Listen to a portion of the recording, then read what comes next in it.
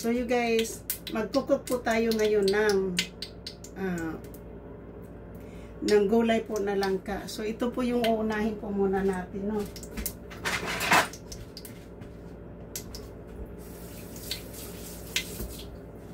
So unahin ko po sa gulay na langka, guys, ay ginger at saka garlic. Pagsamahin ko na po.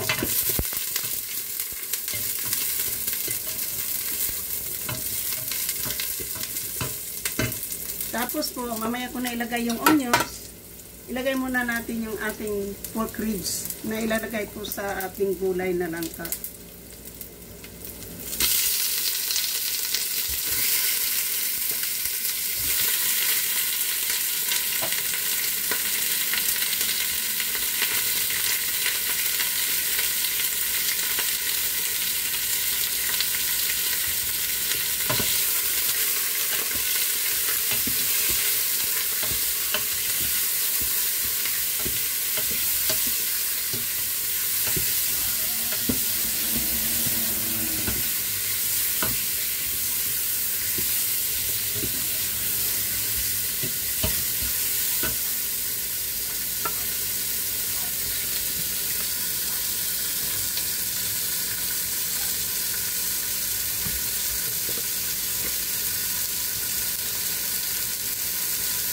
Gusto ko lang pong ipakita po sa inyo kung paano natin ito iluluto yung ano, ha.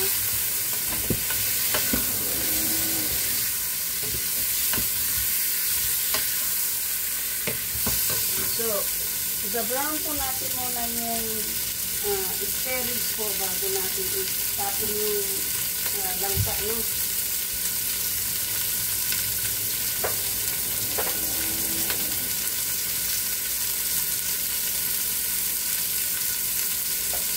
So, ito na po yung langka.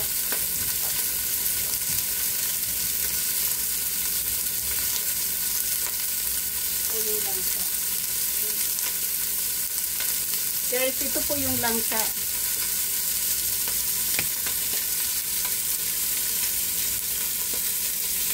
So, ito po yung langka, ha.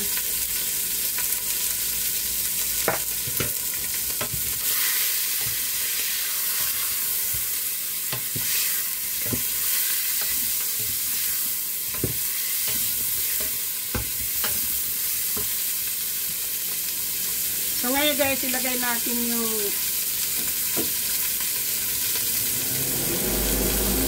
lalagay ko po yung onion.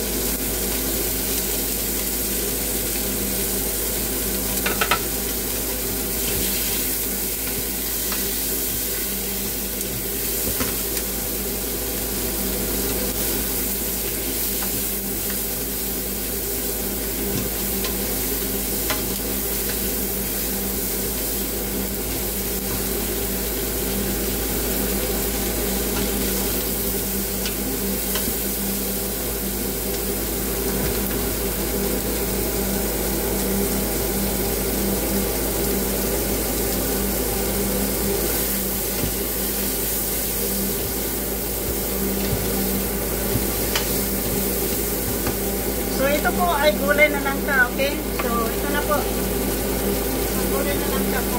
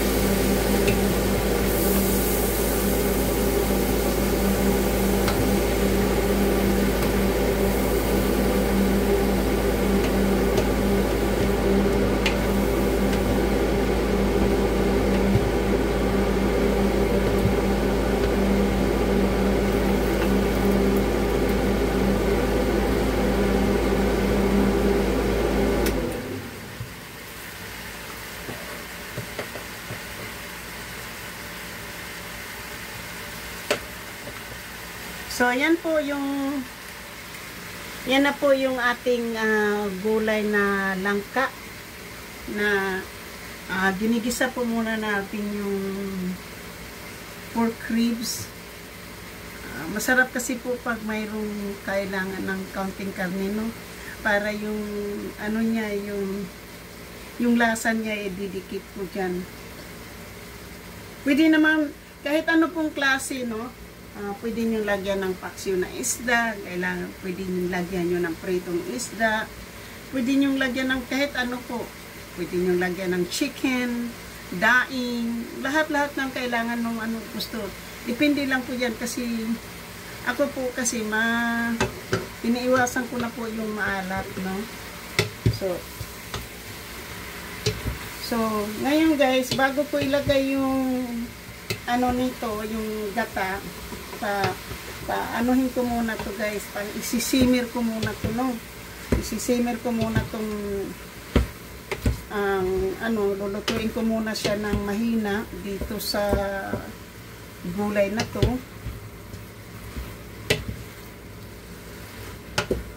So ngayon guys, ito yung ilalagay natin.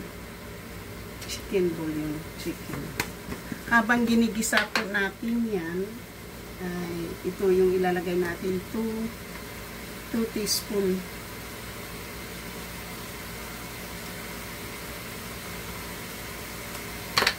Tapos guys, kung talagang kailangan pa, ilagyan ulit mamaya.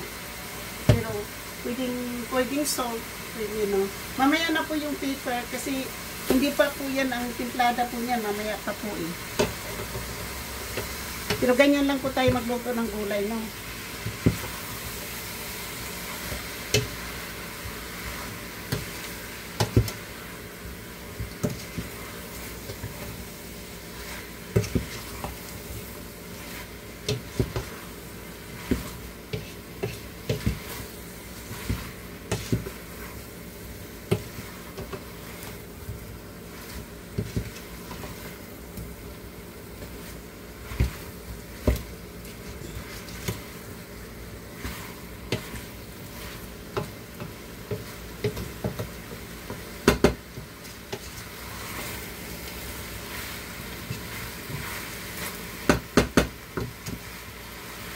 Saka pwede kong tanggalin yung yung langka para hindi siya masyadong madurog, no? Kasi medyo matagal-tagal yung lulutuin yung guys. Matagal-tagal lutuin yung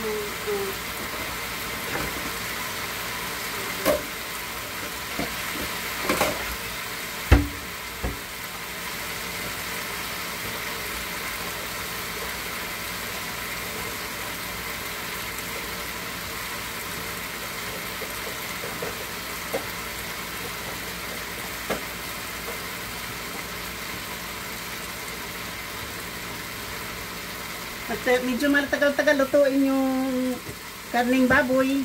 So, tatanggalin muna natin po yung langka at ibabalik natin siya mamaya. At least na gisa na po natin yung langka, guys.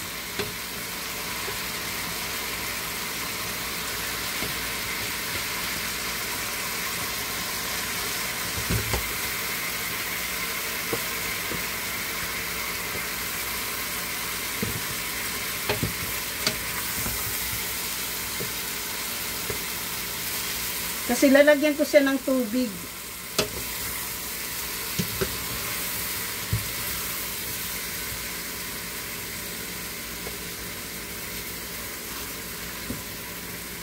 Yung tubig yung pampalambot natin sa sa meat. Kasi medyo matagal yan. Pwede na to. Iwan na lang natin yung iba dyan, no?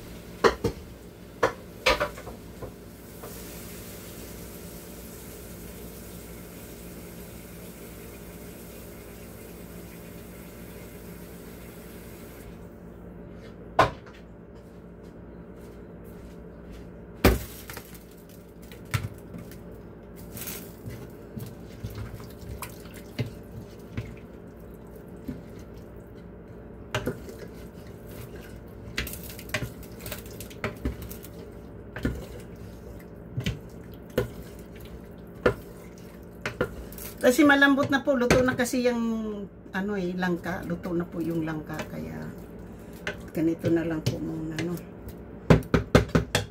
Pag nalambot na po ng kaunti yung ano, yung so pag nalambot na po uli yung ano na yan, habang pinapalambot ko yan, no, habang lulutuin ko yan, ako naman po ay magluluto na naman po ng chicken adobo, yung pork adobo. Lulutuin ko naman yung pork adobo, guys, kapag na ano na yan. Pakukuluin ko lang naman yan eh. Yung gusto ko lang yung lumambot ng kaunti. Kasi matagal po yung karning ano, hindi ko kasi siya napakuluan para at least yan, napakuluan ko yan.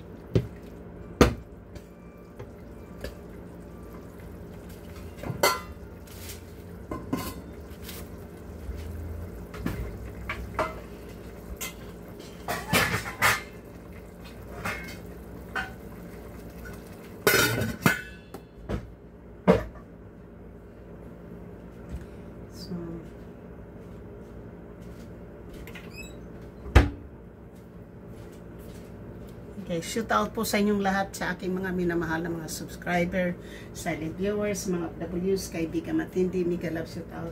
At sa lahat-lahat po ng sumusuporta ng aking channel, mega love shoot out. Sa aking mga super chatter, members, nag-isang sponsor na si JC Pinario, mega love shoot out. At sa lahat-lahat po sa inyo dyan, thank you so much. So, ngayon po papakaano ko lang po sa inyo yung aking pagluluto, no. Ang pagluluto kasi po depende po yan sa inyo. Kung minamadali po natin yung pagluluto or yung talagang pagluluto with love, you know. Iba po yung pagluluto na pangmadalian po. Pero kung nagluluto kayo with love, na talagang gusto nyo ng masarap, so take time po yung pagluluto. Kailangan ipapakita po nyo sa sarili nyo na hindi lang basta-basta kayo nagluluto na ilagay lang sa apoy tapos hanguin. Hindi po nung ganun. Para sa akin po, gusto ko po ng may lasa po yung aking pagkain. Gusto ko po yung gusto ko po naramdaman ko po yung aking pagmamahal kung paano ko po niluluto yung aking pagkain. So, yan po yung aking dyan. Dyan po, sana ma-inspire po kayo sa aking paraan kung paano ako magluluto. Shoot out sa aking mga super chatter kay Ansi, Hammerlane, Dom 7921, Dom 2, Ronel, Nelson, and GC Pinario at GC Pinario nag-isang aking sponsor. Mama Sinya, thank you sa inyong pagmamahal as a member. Maroko and Dom 7921. Thank you so much. Thank you for being there for me. And sa lahat ng pumupunta ng aking live, I appreciated you guys so much. At mula sa puso ko, para sa inyo. Thank you sa pagmamahal. I love you guys all. So, tatapusin ko na po itong aking pag-introduction po sa aking pagluluto. So, ito na po, papalambutin na po natin yan. Kapag natapos na po yung tubig dito, no, kasi parang ito po ay pinapalambot ko lang to, no, hindi ito yung talagang pinapalambot ko lang dito yung karne. Kapag lumambot na yung karne po, maubos na po yung tubig na to, na pinapakulo natin. At least yung pagpakulo natin ng tubig dito po sa spare ribs na to para sa langka ay may ano na po, may ingredients na po dyan. May kumpleto na po yung sahog niya. So pagkatapos po niyan, pag na-empty na po yung na ano po na po yan, ito na po yung coconut milk. Tingnan po yung coconut cream na yan. Yan po yung ating ilalagay. So, ang ingredients po natin dito sa aking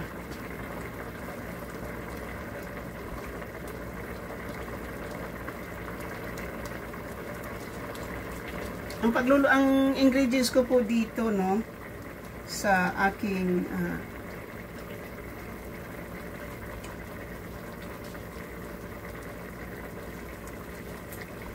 ang ingredients po dito sa aking pagluluto ay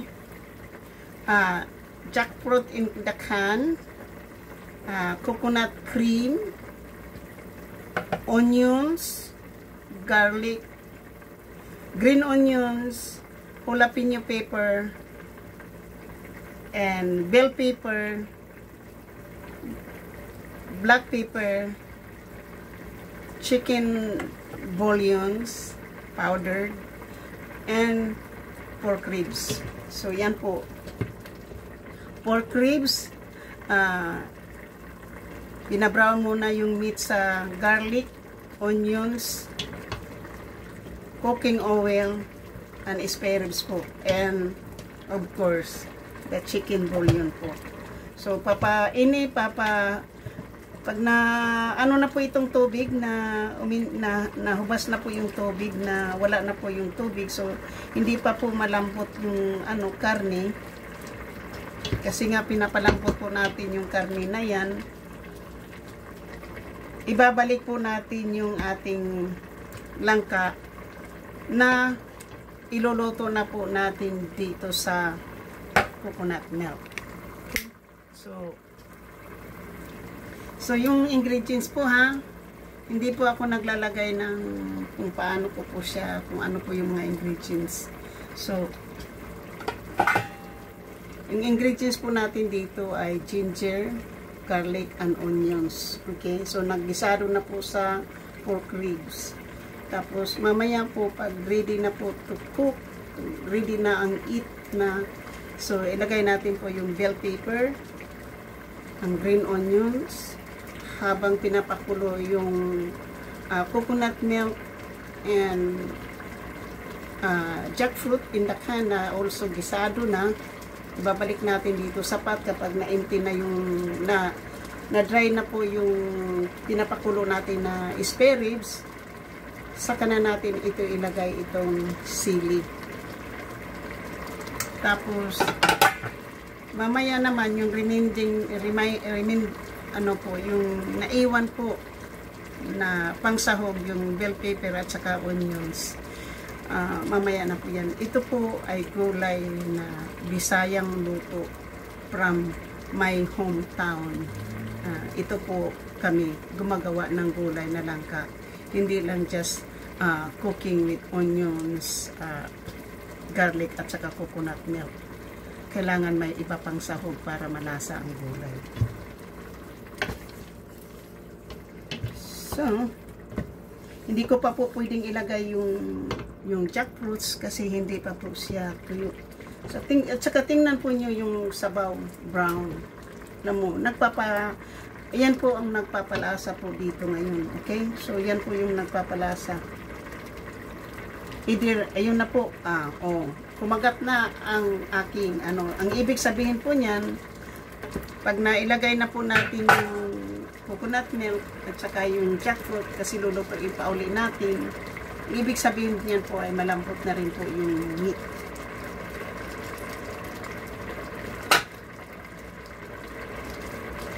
At saka dito na lang po ako. Maraming salamat po sa inyo. Maraming salamat po sa inyo. Ay nagluluto po. So thank you so much.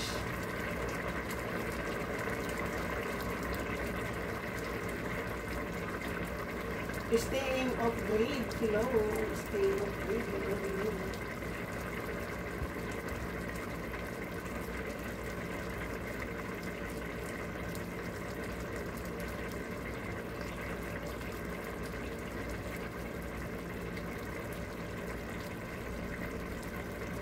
hanggang dito na lang po tayo.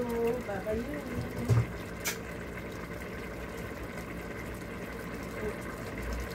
Cancel muna kasi may pumasok. Ano muna lang po muna natin. No?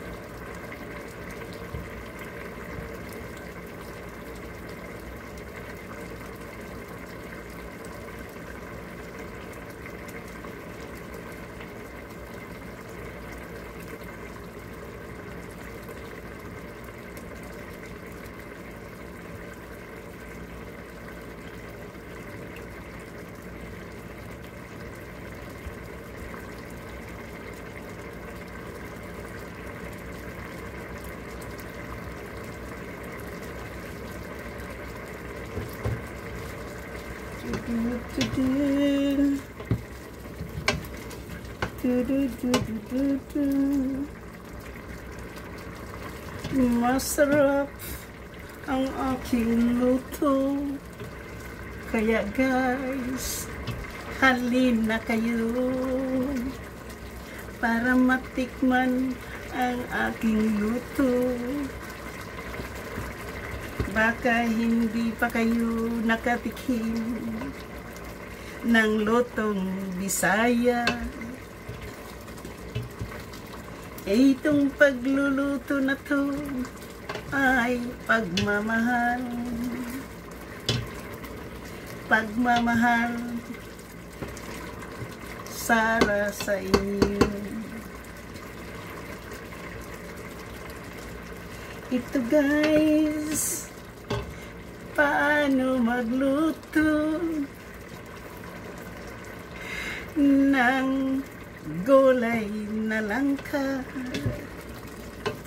kahit na yan dilata, basta lutuin ng pagmamahal. Halina kayo, sabayan niyo ako ng kain ng aking niluluto na langka na gulay, parisan ng pork ribs na adobo. Ito ay masarap na. Tadadadam, tadadadadam. Ganito lang po ako magluto'y masaya. Ang aking pagluluto, ito mamaya na natin ilagay.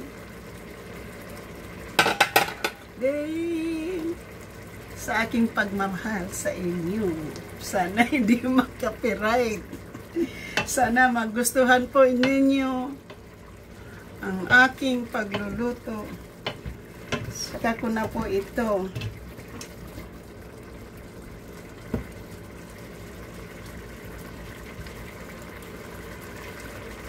So, ito na po. Ito na po yung kailangan ko, ha. Ayun. Kita po nyo yan. Kita po nyo yan. Yan po ang katas po ng karning baboy. Yan, ang spare ribs natin nilagay. Ilalagay po sa ating pork ribs, no? So. So,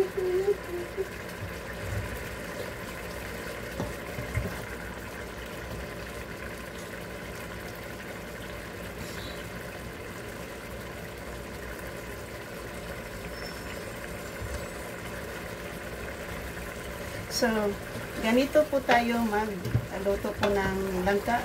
So, before po natin ilagay yung jackfruits, nagagisa na po ito, igigisa na po, pinapalambot yung karne.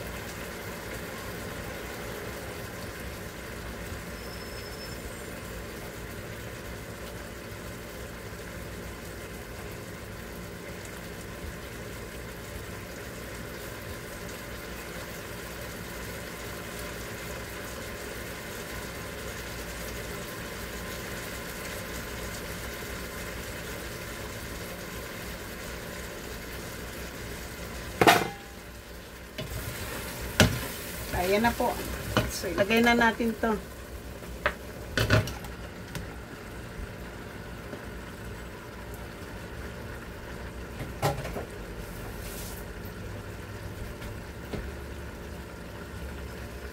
So, ayan na po. Ilagay na po natin yung gulay na langka, no? So, ilagay natin muna para masahog na naman po yung ating, ano,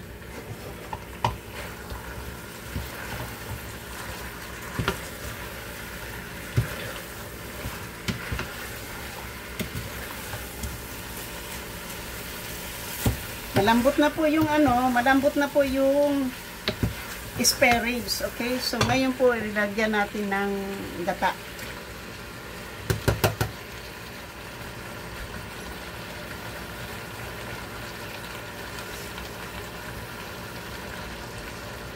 Para lumambot ulit po yung gata o yung karning ano, yung spare ribs po.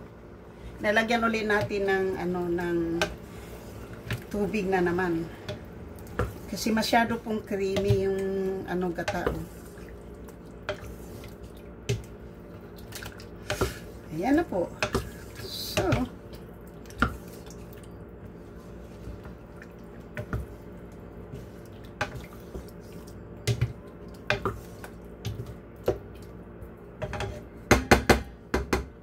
yan na po, ha. Tatakpan po natin yan. Kahit na hindi natin tatakpan kasi pag tinakpan natin yan na ano, na umaapaw yung ano, mamaya ko na yan takpan kapag naluto na po. So ganyan lang po tayo magluto, no?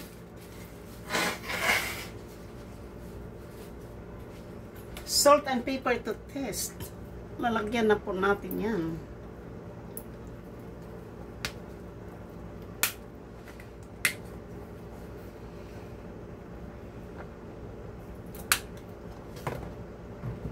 At of course, this.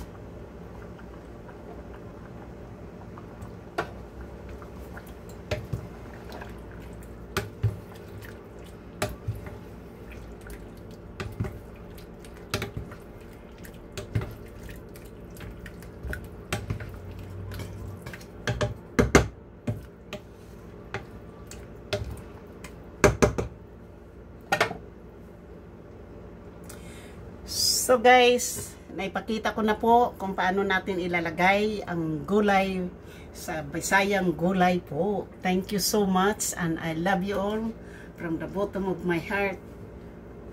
From my kitchen to yours. I love you. Bye-bye now!